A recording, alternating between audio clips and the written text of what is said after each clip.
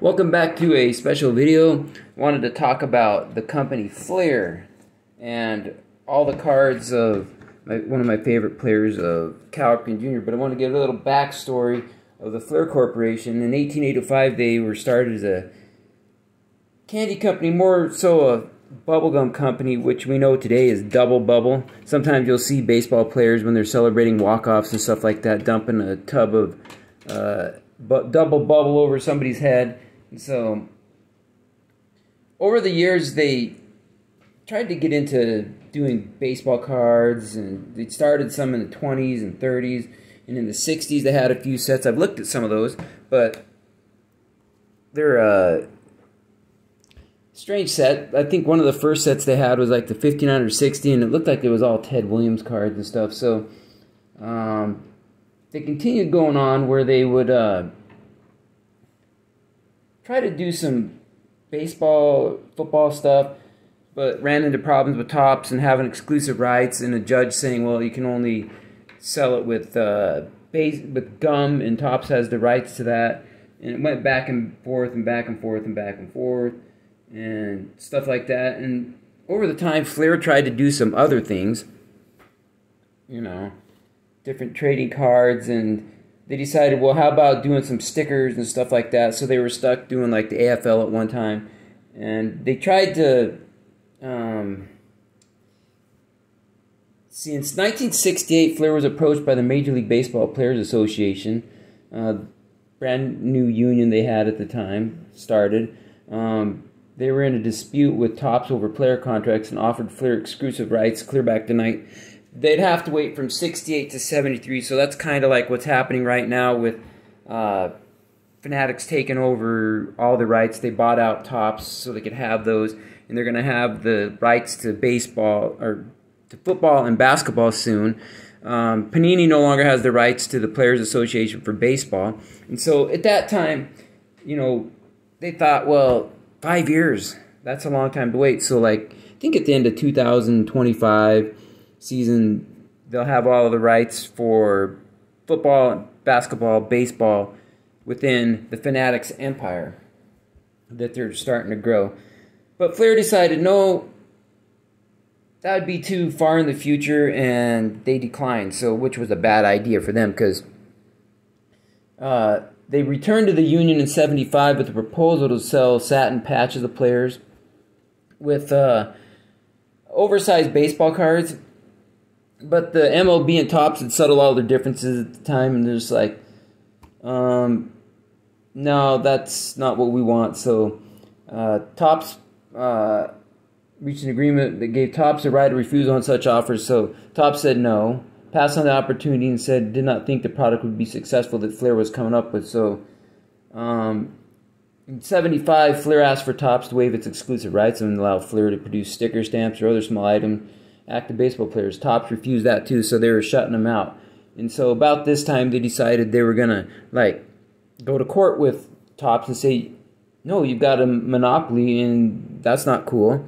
But we're starting to see that again. And so after several years of litigation, the Topps monopoly on baseball cards was finally broken by a lawsuit decided by a federal judge.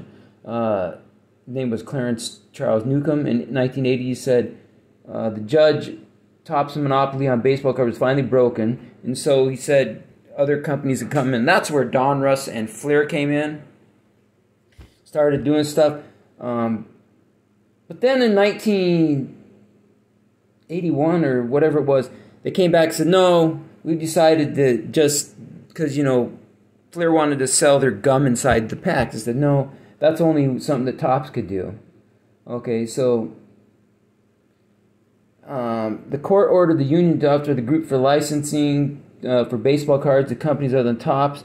And so what they did, they came up with a loophole after they came back and they'd already told them, you can do this.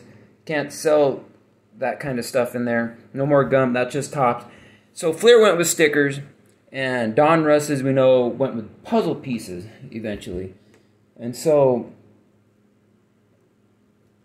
at that point, we started seeing baseball cards. Kind of a weird way they went about it with some of these things, but Fleer they came out with, this is, I don't have any 1981 cards, but I have 1982 Topps Cal Ripken Jr. rookie card. Okay, I was, basically, 1981 was the first year that Donruss and Fleer came out with anything, so that, I don't have any 81 cards, but wanted to showcase all the different cards, because of Cal Ripken Jr. is my favorite player. But 82, we have Cal Ripken Jr. right there. That's what the design looks like in the back. Okay, so they were doing pretty well with all that stuff going along. And we have 80. This is the 84 Cal Ripken Jr. Fleer. So that's that design. And you guys can comment on what you think your favorite design is of Fleer. This is the 85 Fleer. Took me a little bit to put these all together, you know, a course of a couple months, buying them here and there and on eBay and stuff. Alright.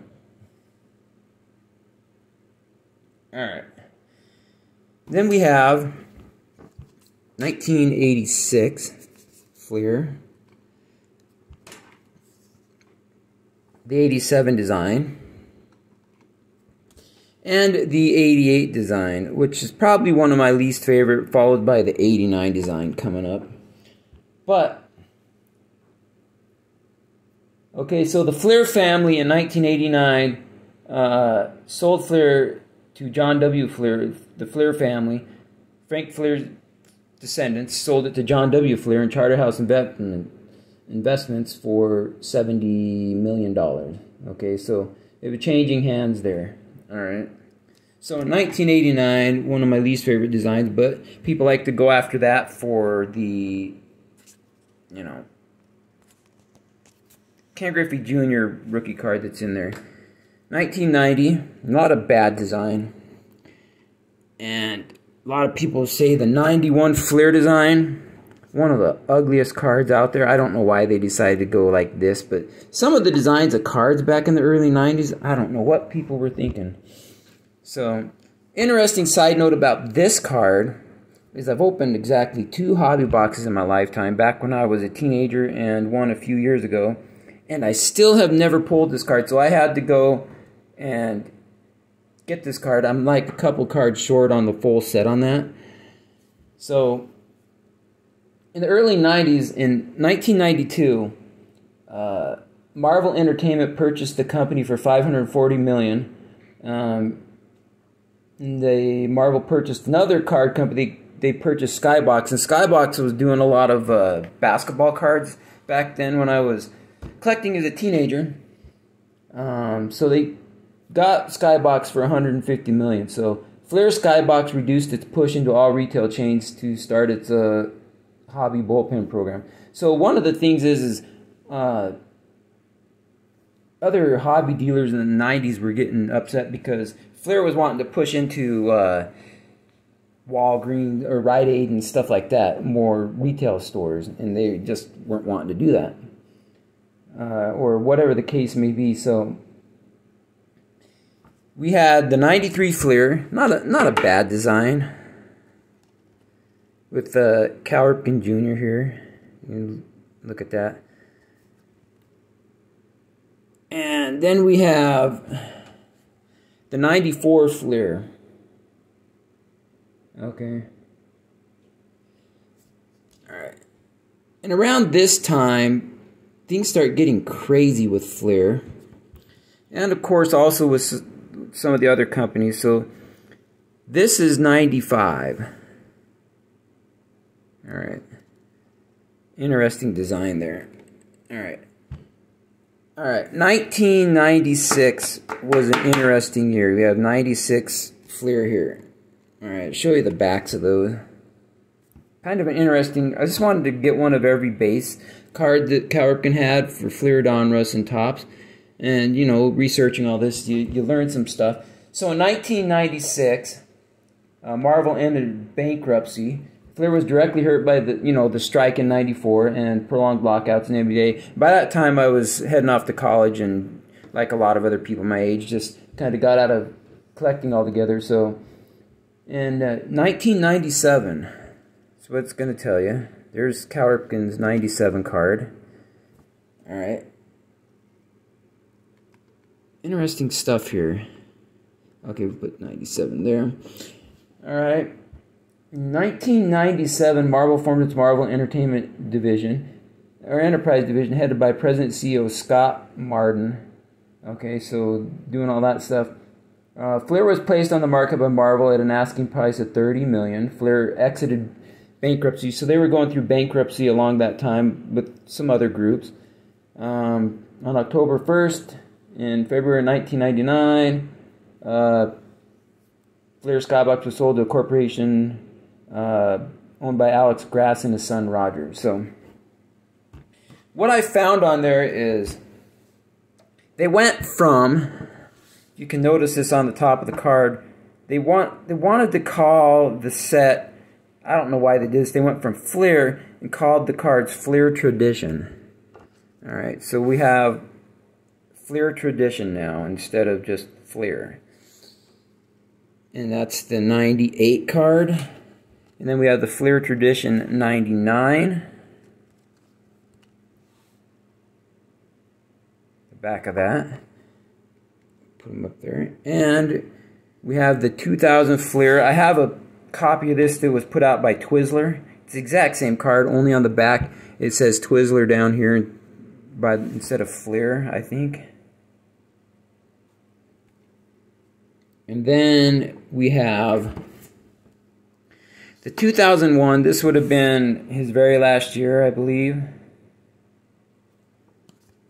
I don't think they had an actual, I think 2001 was his last year. I can't remember exactly. But that was the last one. I don't know why they changed the Fleer Tradition. But they went with Fleer Tradition all the way through 2005. So in early 2005, Fleer announced that it would cease all productions of trading cards. And I think at that time, Upper Deck paid $6.1 million for the Fleer name. Because they had offered Fleer years earlier $25 million a year earlier. And so I think they got a good deal. So along with that, they got all the naming rights, use the Fleer stuff. They produced sets under the names Fleer, Fleer Ultra, Fleer Tradition, Fleer Skybox Autographics, and Fleer Greats of the Game. The last Fleer branded baseball cards appeared in 2007. And I think that I saw that they do have, recently Upper Deck has done some Fleer Ultra maybe of like hockey cards. But yeah, so once the 1994 strike happened in baseball, it kind of just destroyed the baseball card market. And so Topps was left at the king of the pile again. So there's been lots of different companies that tried to come in there, as you'll see when I go on to the next round with Don Russ. But that's what happened with Fleer. And you can look up stuff on Fleer. It's an interesting story, but it always makes me wonder, like, so these other companies enter the picture, and how did Topps continuously stay at the top of the heap? The other teams brands wanted to get in. Score was a short amount of time, but the Pinnacle Company and stuff like that, and other things. Leaf started in, and they're still doing stuff today, so you got to look into, well, how did they make themselves successful when they don't have any branding and stuff like that. But that's the story of Fleer and all the Cal Ripken Jr. cards from that he had as a Fleer sets and all that stuff. Hope you liked this video.